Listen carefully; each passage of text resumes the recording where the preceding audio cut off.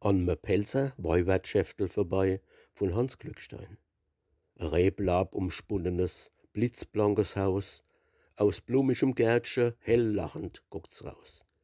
Die Sonn schreibt ihr Sprichel auf blitzende Scheibe, drumherum summen Käfer in geschäftigem Treibe, auf Gwetsche beim Vegelscher hell jubiliere, der Gänsericht stelzt mit seinem Bräutche spaziere.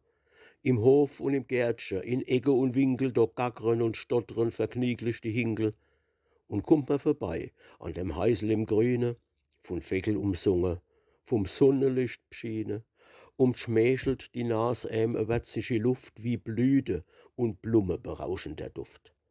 Man schnuppert des Lüftel von süße Mimose, Lavendel, Koriander, Resede und Rose, von blühender Linde, von Honig und Veilche, das schmeckt grad wie 'n Brautkuss von Kaschrode Meilche. Dazwischen e Düftche von Metzelfechtzüpfche, von knusprige Brotwürst und Bretzle und Rippsche, aus brotzelnde Ponne und spautzende Tepp riecht's herrlich nach Brote und Grumbeerknepp.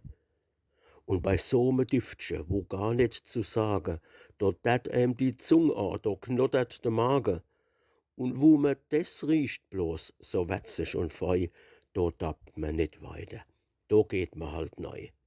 Doch wer do lost darbe, der Gaume und Näsel, hat sicher kein Geld, oder?